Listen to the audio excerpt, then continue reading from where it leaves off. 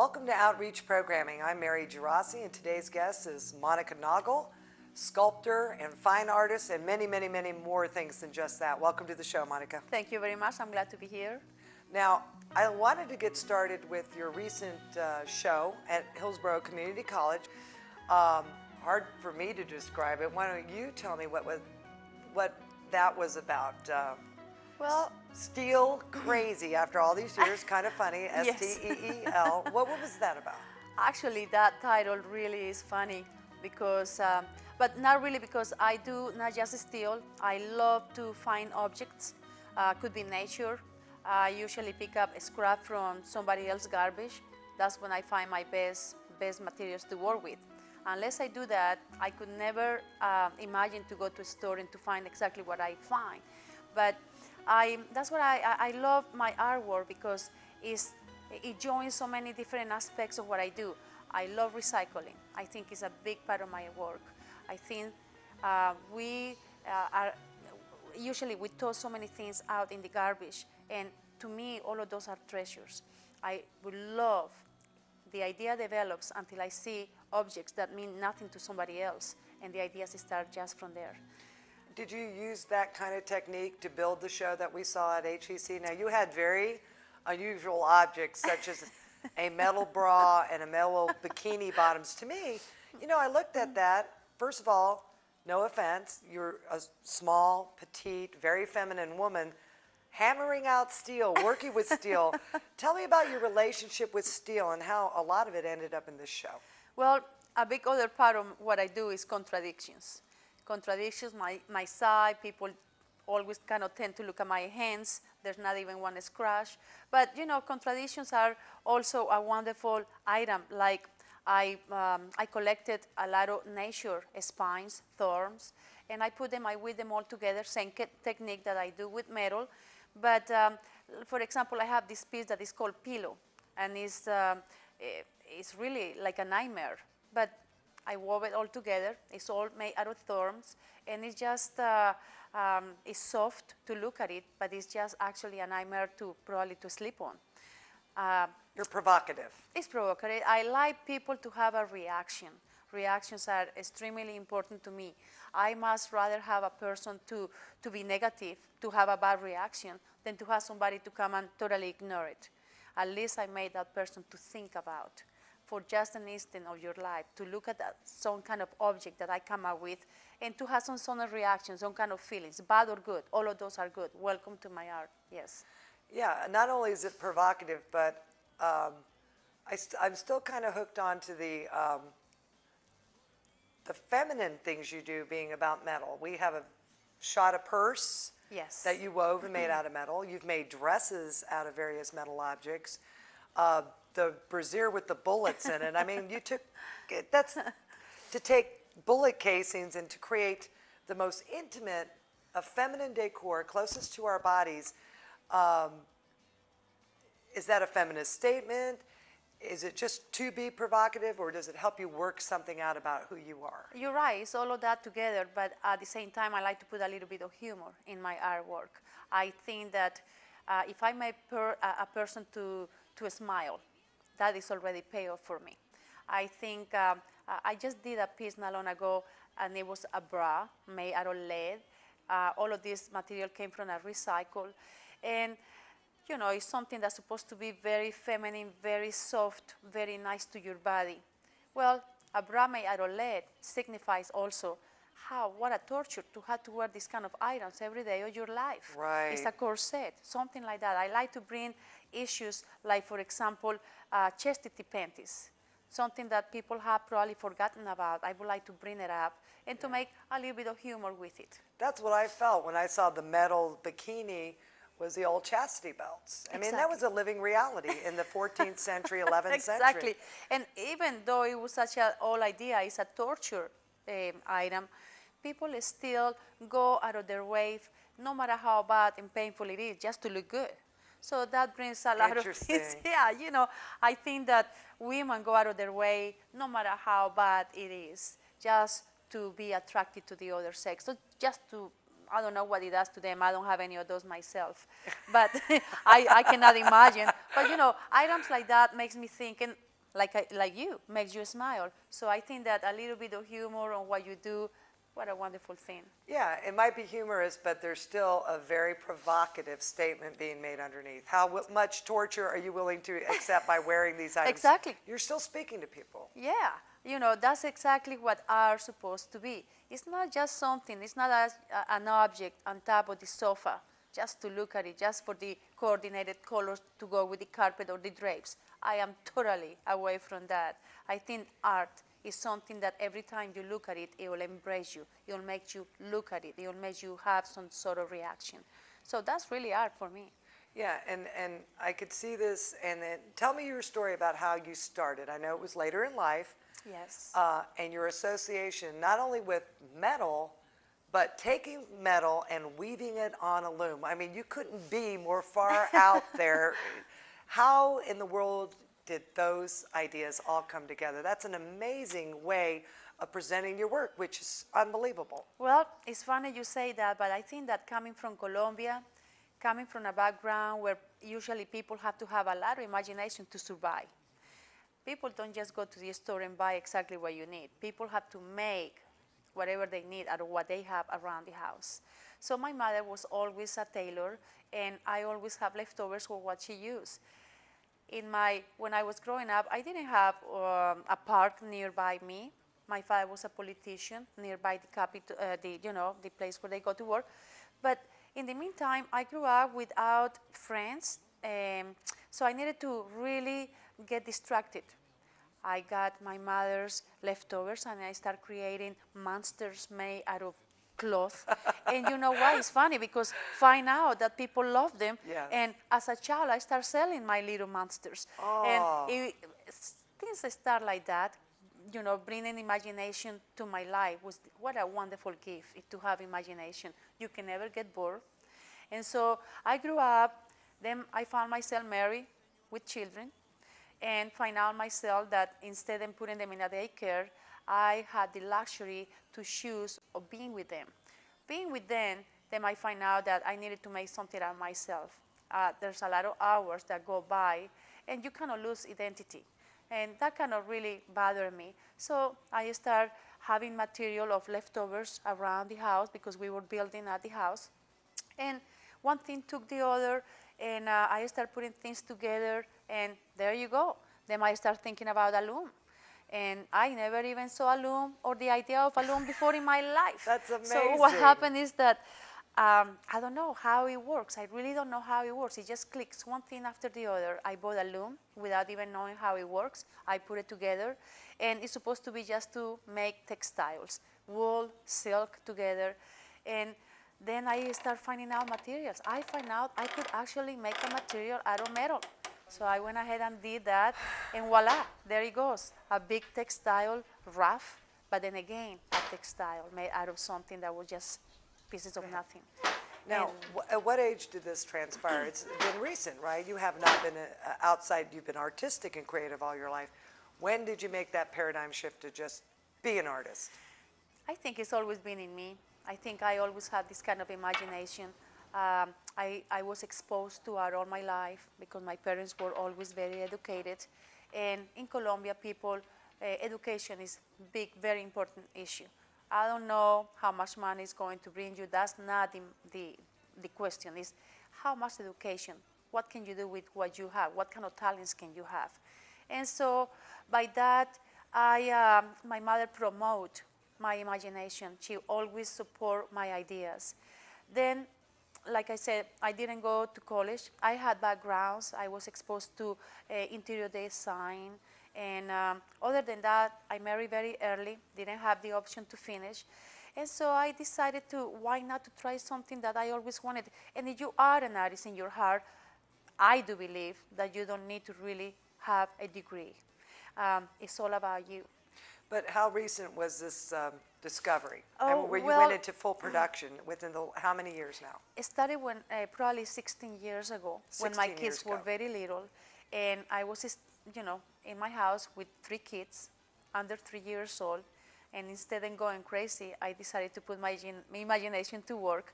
So it's been like 16 years. Didn't know exactly how to to open my windows. And you know how everything works. One friend comes, see what I'm doing.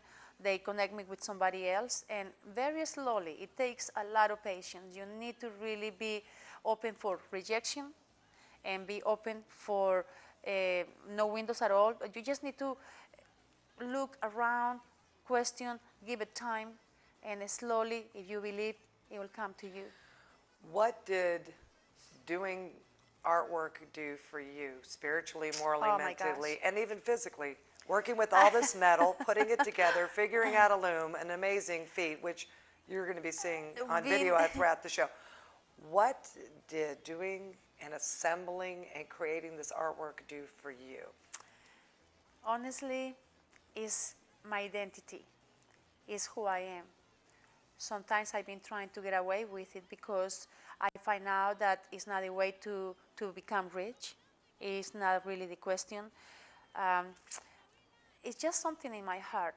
Whenever I stay a little far away from my art, it bothers me. It really bothers me. I lose who I am. It makes me feel so emotional, fulfilled. That's what I You think. feel fulfilled? Absolutely. When I go to my studio and it's just me, my hands and my ideas, to put it that together and actually having people looking at it. My goodness, what kind of wonderful feeling is that? There's nothing in the world, no matter what a big picture you bring to the house, there's nothing that you can imagine what it would make you feel like. And beyond that, quite successful. Well, I mean, don't be modest. Don't be modest. I don't know You have what work to in say. okay, you have work in Europe. You've Yes. sold things in Europe. Yes. You've done amazing adventures. The seat of nails, the bed of nails that was done as a bench. I love that. Yeah, well, I love to bring ideas that were long time ago. Even my loom. This is an item that has been years and years ago. Thousands of years ago. Thousands of years ago. It's the same type of loom as today. It has no nails. It's been put up just in the same way as it was thousands of years ago. And to bring this item and to use it with new materials of today, now come on. Yeah. How great can that be? Yeah, that's a visionary. Yes. You're a visionary, taking and juxtaposing all those comfortable bras and underwear and turning them into steel ornaments. And I would love to just bring a simple idea all the way to the extreme. I went to a garage sale not long ago, and I found thousands of boxes that contain latex gloves. I mean, come on, when you see latex gloves, what can you come with that? What am I going to do with all of that? I bought them for $5. I got them all in my studio, and I went ahead and built a base of like a Cinderella dress, beautiful, big, full-size dress. And I covered it up with gloves. Well, people had different reactions. They thought they were something else. They thought they were condoms. So people had bad reactions, but then again, when they find out what they were, they came and they loved it. But that's poignant too, because in the day of AIDS, hepatitis C, and sexually transmitted diseases, so maybe we need to wear our latex gloves. Unfortunately, to me, that would have just been a very poignant, dynamic statement, like hands off, literally. We can no longer have that It is a shame, but it is true. unsanitary relationships on any level. Exactly. It brought a lot of ideas. The Paul Museum of Art at one point was interested in that piece.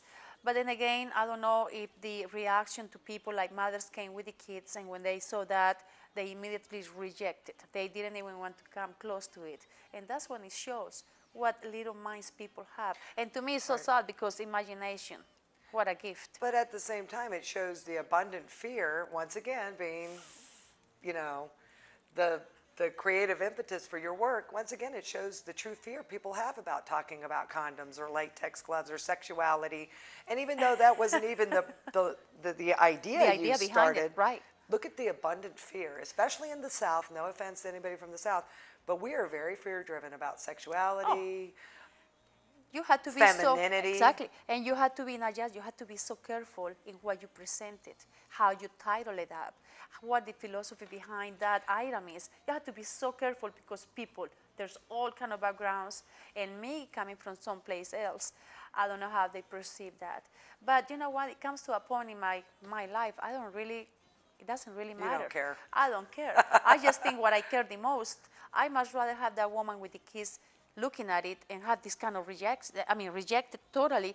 But I bet you that woman went home and started thinking about it all afternoon. Yeah. It must have something really was in her mind to think about. But how frightened people truly are, and you even evoke the fear. But the fear is theirs, it wasn't yours. It's all about being an artist. You don't know how people is going to react to your art. What did you name that dress with the latex gloves on it? It was just Cinderella's dress. It was just Cinderella's dress. And it just opened for all kind of ideas behind that. Interesting. Yeah, so, it's all about the idea, the materials, and the moment. When all of that gets together, you can come out with something wonderful. But at the same time, what I hear you saying is that you could take something generally comfortable, like a park bench, and turn it into one of those bedded nails you lay on in a torture chamber. Absolutely. You could take underwear and put bullets in it and make it a steel encasement. You could take Cinderella's dress and make it into a scary object. It's almost like you have a little fun with that. Well, I have a lot of fun, especially my last show with the underwear filled with bullets. It had a lot of statement. A lot of people go through divorce, including myself, and making a statement behind that was all about the macho man, making decisions, big decisions that affects the women, the children, your stability, emotional, economically, all of this, and still the bullets, the powerful. I love all of that together, and it's just really, it makes me feel a lot better whenever I created this. Little revenge? A little revenge, why not to say that? In fact, it was dedicated to my ex-husband. So it's wonderful. He probably see it and probably had a good laugh also, because it's not to hurt anybody, it's to be aware of things around me. And pretty much I think that every artist, whenever they create something, evokes something that is happening to those people at that moment. It's in the moment. It is all about the moment. Well, I would much rather you make a pair of underwear with bullets than use a bullet against me, so it's good that you have enough sense of humor to keep it in the artwork. You know what? Life without humor, what is it like? Very sad. It would be very sad to bring ideas that are very negative and to make something positive out of that. That is also very constructed, very good to you. And why not? It's some sort of therapy. So it's all art together. therapy, absolutely. So that's pretty much what art is for me. It's just therapy, it's imagination, bring statements, reactions, emotions. I mean, come on. A lot of energy. A lot of energy in each piece. All different levels. I wish people would be a lot more open-minded, that's for sure. I would love to create and to put little seeds every time I had the opportunity. Because if people who had the imagination and open-minded to see and to admire somebody else's idea, this world would be a lot better. But people are very close-minded.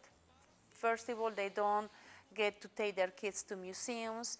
The education about art is so limited here in the South that if I could contribute something to make a little change, that'd already be something good. But there goes, again, your tenacity. You're not in New York, where you would probably be fabulously well received. You're not in LA, you're not in Chicago, you're not in a big art culture, and you are not in a big art city, but guess what? You're doing big art in a very southern town. To me, it just seems like you just don't want it to be easy. Well, that is very challenging. You mentioned that, and believe me, every time I wake up, I say, what am I doing here? I need to just go up there. But you know what? Must be a reason behind the whole idea. Me being here, bringing ideas, we'll see what happens. It's all about being patient. Yeah, you're changing the environment you live in, which is Yeah. also art. Yeah, and there's wonderful artists. There's absolutely wonderful artists. I live, surround fantastic people, but unfortunately we don't have enough exposure. And when we have enough exposure, people do not participate because they don't want to go out of their way to go to a museum, go to a gallery, and that is the saddest thing about where we are. Wow. Get off on a negative note, sorry for that. But let me ask you another question. How would you describe your artwork? How would you describe it? How And do I you know, you describe? could branch that out. I don't think there's one answer, but how would you, looking at all the work you've done, using the loom, using the weaving, doing the construction and the installation, large pieces, very large pieces, very Yes. teeny pieces, the handbag, there's so much things going on. It's a lot of variety in what I do. And like I said before, it's all about how emotional I feel at that moment. What kind of subject would bring that piece to become something? When I go to South America and I see poverty, I see a lot of political Unrest. unrest. I see so much that my mind goes crazy. When I come here, I develop everything. I would call my art political sometimes. I would call it feminine, rough, soft. It's all of this all together. My pieces go from being so big to something very delicate. And it's just, that's what is so wonderful. I do not paint. I don't believe that art should be all pink and beautiful and soft and delicate. I would like to make a statement in everything I do. Pretty much, I really don't know how would I call my arts. I think I am a sculptor. I do a lot of sculpture, that's what I do. But at the same time, I kind of wonder if that's how I should call myself. I don't know.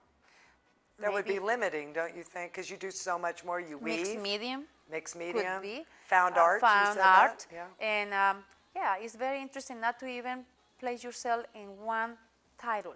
I could be all kind of things. I don't mind. People call me any kind. Give me titles. All of them are welcome to me. But you seem to revel in the fact that you can't be pigeonholed because you have such an expansive way of presenting your work. Tell me about that large piece. You were telling me about that installation. How much did it weigh to getting it out of your house? You said you had a very large piece, the biggest piece you ever did? Well, I have so much. I have one public piece. It's not heavy, but it's large and it's Large. difficult to install. That is at the Jan Platt Library in Tampa. And it took probably 6 people to put it together. We took a whole parking lot and people were Wow. checking it out. People, instead of going inside the library, they all kind of surround us. And it was actually very interesting because people asked. I love people to ask questions. I love for them to be interested.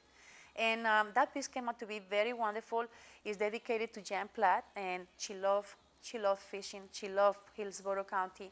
So I have, everybody told me that one of her favorite things was fish. So in every little places on that tapestry has all the name of the fish and lakes from Hillsborough County. Nice. In Spanish and in English. It's in a library, so it's supposed to be educational. Sometimes to photograph or to videotape my artwork is not very, I don't have Dynamic. the access. It's not dynamic. Not easy, Yeah. dynamic. Yeah. So if for some reason it doesn't show what I would like for people to see, people should go out of their way to go and see galleries, museums, installations. You'll enrich your life very, very much instead of going and spend your day at the beach, you know. No, I understand what you mean. Even when I film it, I already have my own personal interpretation of it, which, because I'm using an external medium instead of my eyes and my brain, I have to somehow transfer how I feel about it to videotape, which is almost impossible. The same thing about you seeing your artwork on video. You're like, that's not how it looks. Exactly. Yeah, you know, like you said, the best way to experience art is to go and do it yourself. Physically bring yourself to Exactly. the facilities. If I could do anything to access, I also, talking about this, bringing the people to the galleries and art shows, I would love for parents to take a little bit of time and take their children. It comes from that very moment. Put a little seed in that little kid. As that person grows up, I would assure you, that person would admire art and would be a supporter of the arts. But it takes a long time. It takes education. And that's what I promote. I do shows at the libraries. I love to expose myself, go to the schools, talk about art, anything that I can grab myself. I enjoy doing that. And you and I come from similar backgrounds. Oh, yes.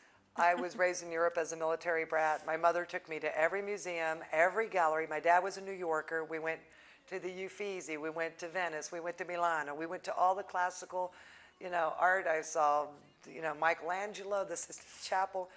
You had that similar experience. Tell me about your exposure in Czechoslovakia. You went to different countries. How important was art in your life by your parents? I mean, your parents spurned that in you. My parents did the same. We were exposed to a lot of things at young age. Yeah, it is so important to be exposed to different cultures, smells, states, people, everything, because your mind extends in such way I cannot describe to you. To me, I was so lucky to be able to go and travel around. My father was an ambassador from Colombia in Czechoslovakia, and I had the opportunity to go and see things that unless my father took me, I wouldn't have had that opportunity. That really enriched my life all the way.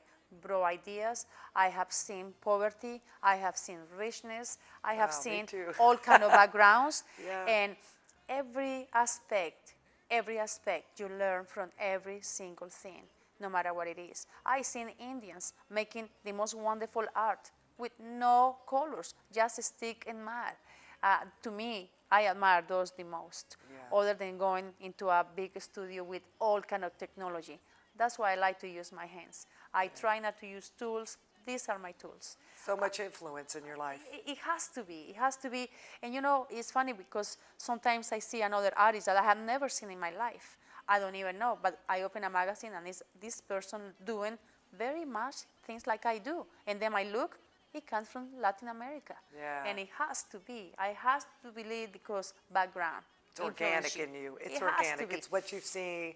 It's what you've smelled. It's what you've eaten. It's what you've Exactly. witnessed. You have to witness the world. You have to have your children witness art to even become comfortable or uncomfortable And or it's- have some kind of reaction Exactly, to it. and it's not, it's like in food. You just don't go to McDonald's. That's not just it. Right. You need to go and taste every Yeah. little leaf, fruit, everything. That comes to be who you are later on in life. Yeah. We have very few minutes left, but I'm going to ask you one quick question. What's next for Monica Naugle? Ooh, what next? Let's see. I would like to tell you a list of things, but I go one day at a time. I think I'm going to have a museum art show at the Paul Museum of Art in Lakeland. I am going to have a little exhibition at the Tampa Museum of Art coming up, and one in Boston that is only about wearable art. I'm trying to expand myself other than in Hillsborough County. It's a little difficult because the weight on my pieces is difficult for me to do that. Right. But I'm trying to do my best. And so one day at a time, we'll see what comes next. All right. It was a pleasure having you on the show, Monica. Thank you for being here. It was a pleasure. Thank you for having me. I love your artwork, and I love you as a person. You're great. You're a wonderful interview. Well, thank you very much. I It was enjoyed a it. great pleasure. And thank you for joining us on Outreach Programming with sculptor extraordinaire Monica Naugle. We'll see you next time.